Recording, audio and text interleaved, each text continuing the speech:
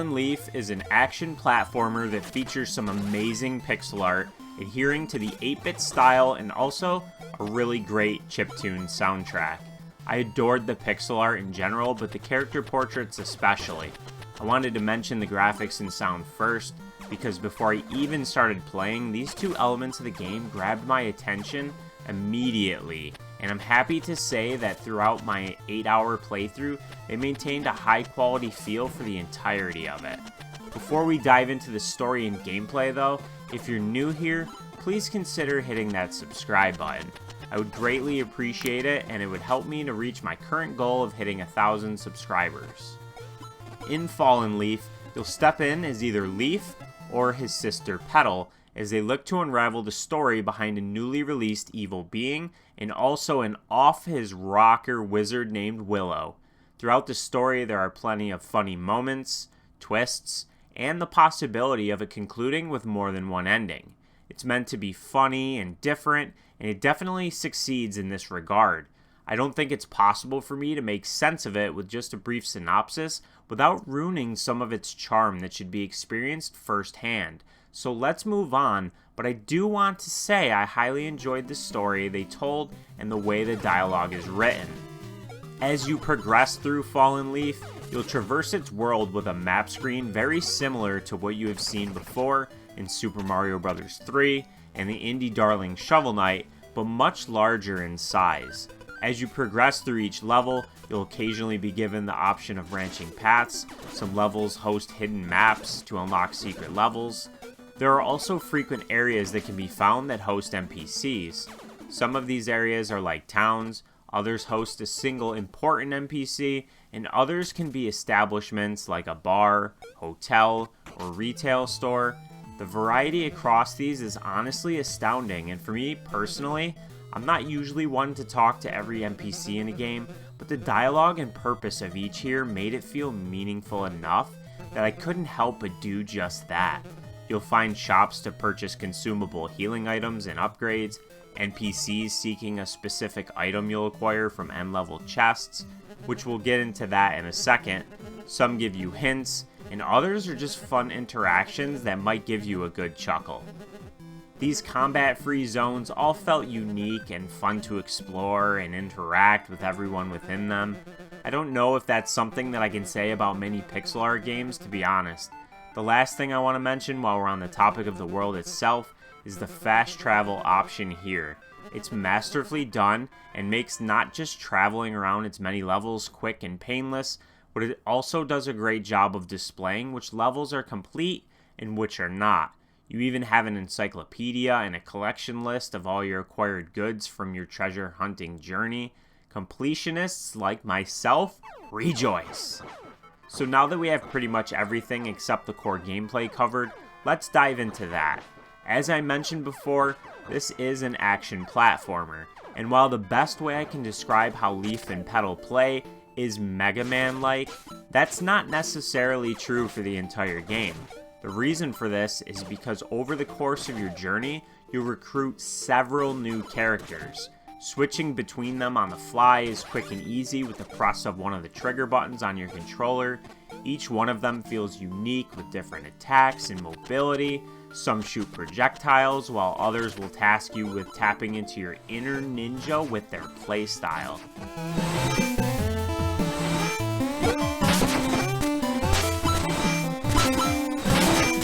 While each character has their own unique main attacks, something that they share are all of your unlocked magic attacks. These felt, at least in principle, a lot like the sub-weapons you would have at your disposal in the classic Castlevania games. So much so that I mainly stuck with the hammer as my magic of choice, which functioned exactly like the axe from the Castlevania series. I'm boring, I know, I apologize in advance that Leaf with the hammer magic was my go-to setup. I mean, come on, it's basically Mega Man with the axe. What's not to love? Alright, that's enough joking around. In all seriousness though, there's 12 different magical weapons for you to unlock and try out, so there's bound to be at least a few that you enjoy using. Each level has a little P person for you to find, which is this game's equivalent of hidden collectibles. Finding these will unlock new passive upgrades and magical weapons at certain intervals when you turn them in. Each level is structured in a way that they're divided up into what I'll call sections. Each section ends with you entering a little door, which will place you at the beginning of the next. I mention this because these basically serve as your checkpoints in case you meet an untimely demise. Fallen Leaf is super lenient when it comes to death. The penalty is usually very little lost progress, and you have infinite lives, so there's really no penalty other than you'll receive less bonus coins at the end of a level if you die. The platforming physics feel perfect for a game like this. It's not too floaty or slippery. The speed at which you shoot your projectiles feels just right. Now, this all does kind of depend on the character that you're playing as, because some move faster than others, and the jump physics are a little bit different, and then some characters can slide on the ground, some can roll, you'll eventually get a double jump. There's a lot of kind of variables that tie into this, but it ultimately does depend on which character that you choose to play as, or if you prefer to just switch between them, try them out. I kind of settled on using Leaf for the most of the time. I did use Thorn, who is pretty much the third character you will eventually unlock. She's more of a melee character and plays pretty similar to the aforementioned Ninja, but it really comes down to personal preference, so I'm not going to dive too much into what that means, because everybody's experience could essentially be different depending on which characters you choose to use, which magic you choose to use, but just know that this felt right, and that's the most important aspect of the platforming, controls, and physics pretty much. As far as the level design goes, there's a lot of different elements that are introduced throughout your entire playthrough. No level or world feels exactly the same as the previous one. They're constantly introducing new mechanics, new hazards, sand, water, conveyor belts, spikes.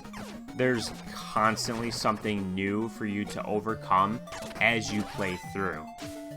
The combat is again a little bit hard for me to kind of describe because it does depend on which character you choose to play as. I'll talk about Leaf because that's the character I use the most, and since that is the default character, probably most people will use Leaf more than the others, I'm assuming. I actually don't know. But throughout the game, you'll be eliminating a ton of different enemies. Each world has its own unique set of enemies. None of the enemies feel like reskins in this game. Every single enemy feels different than one of the others. And again, that's kind of a theme I'm trying to nail home with Fallen Leaf, is the variety here. It's crazy how much variety there is in every aspect of this game. It's so impressive. Every enemy feels unique and fun to fight. You gotta learn their patterns, the best way to attack them, maybe which character is the best one to use. There's very few enemies that function similar to one another. Almost every single one feels unique.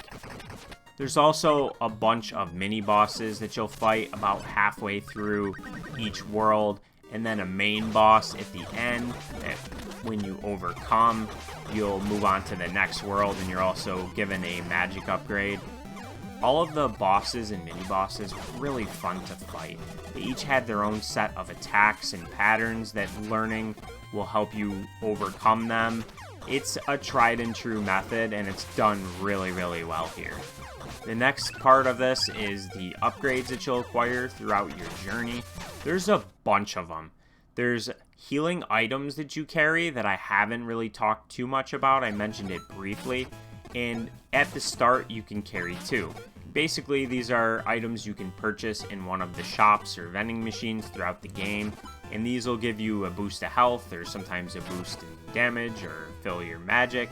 And you can carry 2 total in the beginning of the game, but there are upgrades you can purchase throughout your journey that will allow you to carry a maximum of 4. There's also health and magic upgrades, which are your hearts, and your magic meter, so it improves your capacity. Magic upgrades are acquired by purchasing them in certain shops, and also you'll usually get one when you overcome the final boss of each of the worlds. On top of all this, there are even character-specific upgrades that you would need to purchase for each character individually, and they affect the characters in different ways. Some are a damage boost or a range boost. It really depends on the character. But these are here, so if you stick to one or two characters, you might want to just focus on upgrading them instead of upgrading all of the characters. But that also gives you a lot to do post-game. And that's another thing, and probably the last thing I want to mention, is that when you beat this game, and when I finished it, I think I was around like 60% or so completion. You're not done. There's a ton of stuff to do post-game.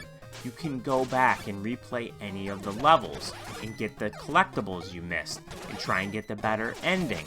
There's even a New Game Plus option if you want to play again, but carry over everything, or at least mostly everything that you acquired on your original playthrough.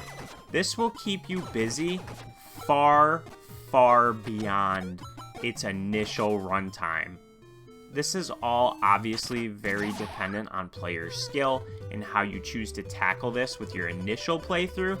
I started out in World 1 kind of trying to do everything, but then as I started to see how long this game really is and how much content there is, I started to progress in a more linear fashion without, trying to go and unlock each side path and all the secret maps and stuff like that, because I figured I would come back to that later. And I will.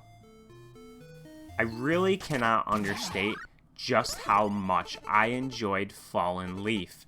I've played some great games this year, but this one has to be toward the top of the list. I can say with confidence that when we get to the end of the year and I start working on my video of the top indie games of 2024, this game will definitely be in the conversation. I highly recommend playing this if you enjoy these types of games. It's enjoyable and challenging without stepping past the line and into frustrating territory. It comes close in its final stages and boss finale, with them feeling like a tad bit of a difficulty spike, but it was super satisfying to overcome the challenges presented towards the end. Pick this one up as soon as you can on Steam. You won't regret it. A special thank you to Delta Shore Games for the review copy, and if you're watching, I hope you bring this to consoles so more players can experience this wonderful game you've created. I appreciate you all for watching this video through to the end. If you enjoyed it, please give it a like, subscribe if you haven't done so already, and also let me know in the comments if you plan on picking this up or if you have any questions, and I'll be sure to get back to you. But until next time, have a good one.